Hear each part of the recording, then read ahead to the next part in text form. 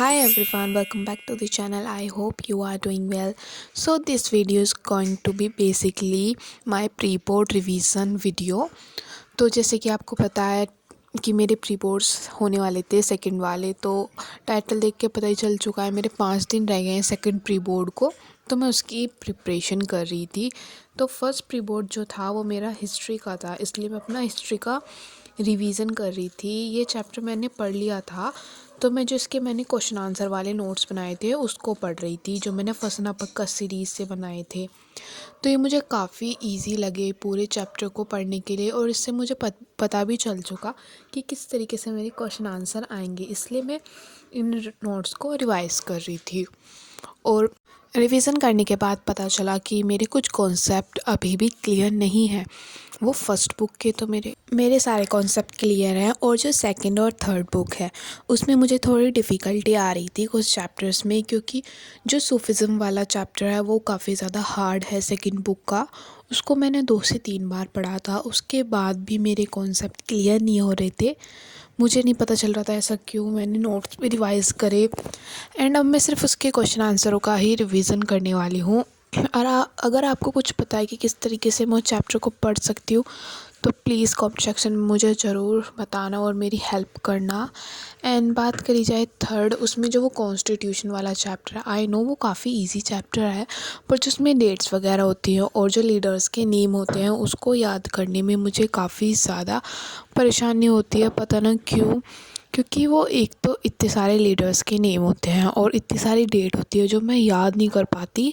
तो मैं सोच रही थी क्यों ना इसकी कुछ ट्रिक्स वगैरह बनाई जाए, जिससे मैं अपनी सारी डेट्स और लीडर्स के नेम को याद कर सकूं। और जैसे कि आपको पता ही है, मेरे इसके बाद डायरेक्ट प्रैक्टिकल्स होंगे, और मेरे प्रैक्टिकल कैसे हुए वो सब चीज़ मैं आपको बताने वाली हूँ। और जब मेरा ये सब कंप्लीट हो जाएगा एंड उसके बाद मैं क्या करूँगी, सारे चैप्टर्स को लूँगी और उनके चैप्टर वाइज एक्स्ट्रा क्वेश्चंस है ना वो सॉल्व करूँगी।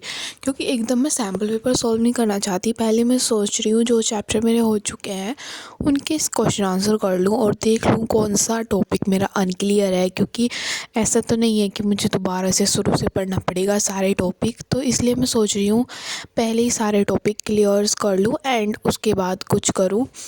और उसके ऐसे ही मैं ज्योग्राफी और पॉलिटिकल में करने वाली हूँ। और रहा मेरा इंग्लिश और फाइन आर्ट का, वो जब मेरा एग्ज़ाम होगा कैसे मैंने उसकी प्रिपरेशन करी वो सब चीज़ मैं आपके साथ शेयर करूँगी। और जो ये मेरी डेट है प्री बोर्ड्स की, अभी फाइनल है, मुझे लगता है शायद ये चेंज हो, पर उससे कोई फ़र्क नहीं पड़ता। उससे पहले हम अपना कंप्लीट कर लेंगे सारा सिलेबस। और साथ में मुझे सीयूईटी की भी प्रिपरेशन करनी है। जैसे कि आपको पता है मैं सीयूईटी की भी प्रिपरेशन कर रही हूँ साथ में। तो मुझे अपनी जीएस और क्वांट्स को भी टाइम देना होता है, क्योंकि वो काफ़ी ज़्यादा हार्ड सब्जेक्ट होते हैं। वो एक बार में मेरे याद नहीं होते। मैंने दोबारा से मंजिल 5.0 वाला जो उनकी सीरीज़ है वो ज्वाइन करा है, और मैं सोच रही हूँ उसकी कोई भी क्लास नहीं छूटे, ताकि मेरे कॉन्सेप्ट क्लियर हो सके। और मुझे एक्स्ट्रा क्वेश्चंस की प्रैक्टिस भी करनी होती है उनको करने के बाद। तो कुछ ये रीज़न थे, इसलिए मेरी प्री बोर्ड्स की प्रिपरेशन में भी काफ़ी टाइम लग गया था।